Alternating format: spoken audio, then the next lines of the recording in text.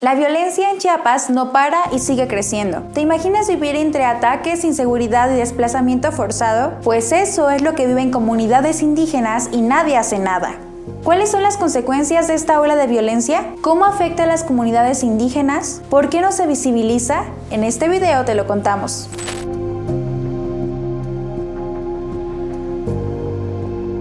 Apenas arranca el año y varias comunidades indígenas de Chiapas han sido víctimas de agresiones orquestadas por grupos armados. Poblaciones de municipios como Aldama, Oconcingo, Chalchihuitán, Chenaló, Chilón y Panteló registran agresiones por parte de grupos armados que todavía no son atendidos por las autoridades y que ni siquiera figuran en las primeras planas de los medios. Preocupante, ¿no creen? Pero si los actos violentos en Chiapas no están en la agenda nacional, ¿cómo nos enteramos de que están ocurriendo? Muchas veces por organizaciones no gubernamentales que defienden derechos humanos. De hecho, Derechos de los Pueblos Indígenas Internacional, IPRI por sus siglas en inglés, y Frontline Defenders expresaron su preocupación ante una nueva ola de violencia en contra de comunidades indígenas en Chiapas. La organización Indigenous Peoples' Rights International hemos exigido al gobierno mexicano que se implementen y que otorguen medidas cautelares a las comunidades de Aldama en particular.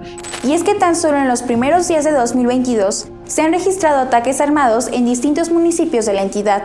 Ejemplos sobran. El 5 de enero, habitantes del municipio de Aldama alertaron sobre detonaciones de explosivos en su territorio. Días más tarde continuaron los disparos y el 9 de enero hirieron al indígena Tzotzil Javier Hernández de la Torre, integrante de las bases de apoyo del Ejército Zapatista de Liberación Nacional. El 10 de enero, el joven indígena Lorenzo Gómez Ruiz fue alcanzado por un proyectil y murió mientras recibía atención médica. Esa misma jornada, un grupo de 15 personas encapuchadas y armadas atacaron la comunidad autónoma 16 de febrero. Ante este último hecho, IPRI hizo un llamado al gobierno de López Obrador para que realice acciones en favor de la vida, integridad y libre determinación de la población. Y ni aún así, el ataque fue noticia nacional. Y es que las comunidades indígenas en Chiapas que son agredidas únicamente defienden sus derechos colectivos al territorio, la autonomía y la libre determinación. Pero, ¿quiénes son los grupos que atacan? Según testimonios recabados por IPRI, quienes integran esos grupos armados son presuntamente hijos de paramilitares entrenados por el ejército en la década de los 90. Lo que estamos viendo en Chiapas es el resultado de una política sistemática del gobierno mexicano en los 3 niveles de gobierno de abandono de su responsabilidad.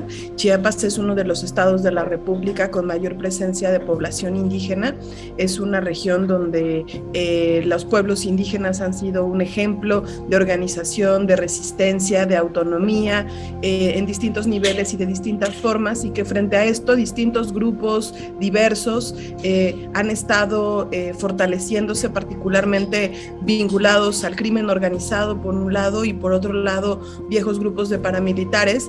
Y bueno, ¿por qué ejercer violencia? Las prácticas de intimidación contra comunidades indígenas tendrían como objetivos controlar territorio, inhibir la organización comunitaria y reprimir los derechos colectivos.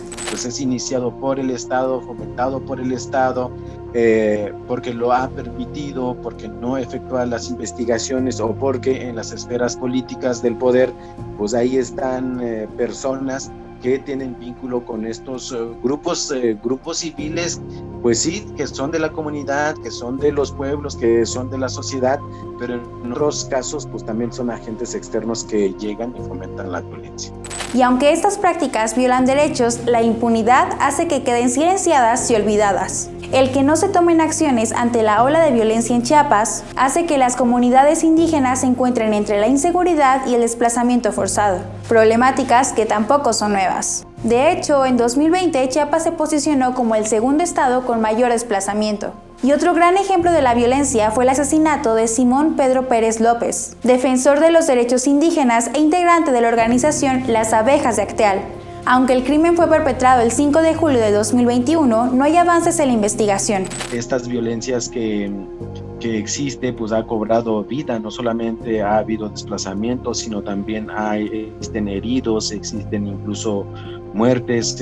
Tal es el caso del municipio de Aldama, en donde todos los días hay disparos, hay ataques a las familias que vienen de una comunidad que va hacia otra. Entonces eso ha cobrado pues ya varias vidas a lo largo de este tiempo. Y si la violencia en comunidades indígenas en Chiapas es tan grande, ¿por qué no visibilizarla más? Por muy absurdo que parezca, muchas de las comunidades indígenas siguen sin ser una prioridad para el gobierno, aunque AMLO diga lo contrario. Los que se creen de sangre azul, los fifís, desprecian las culturas indígenas. Y tampoco lo son para los medios de comunicación y la sociedad en general. El Estado tiene que actuar de inmediato, parando la violencia, efectuando investigaciones efectivas, pues fincar responsabilidades a quien corresponda. El asunto es que el Estado pues solamente le finca responsabilidad a la gente de las comunidades, a la gente empobrecida, a la gente analfabeta, pero no le finca responsabilidades jurídicas por violaciones a derechos humanos o por crímenes de lesa humanidad a políticos. Según la ONU, las poblaciones indígenas siguen siendo las personas más marginadas en el mundo. Imagínense ahora si hablamos de indígenas en Chiapas, un estado con más del 75% de población en condición de pobreza. Que pudieran imaginarse qué harían y qué esperarían que la sociedad hiciera si están viendo que hay grupos que todos los días están disparando contra sus casas, que hieren personas, que están asesinando personas, y también pues homenajear y recordar a cada una de las personas que han muerto apenas. ¿Por qué crees que los ataques contra comunidades indígenas en Chiapas siguen invisibles? ¿Hasta dónde pueden llegar sus consecuencias? Dime qué piensas en los comentarios y no olvides suscribirte al canal de Ruido en la Red.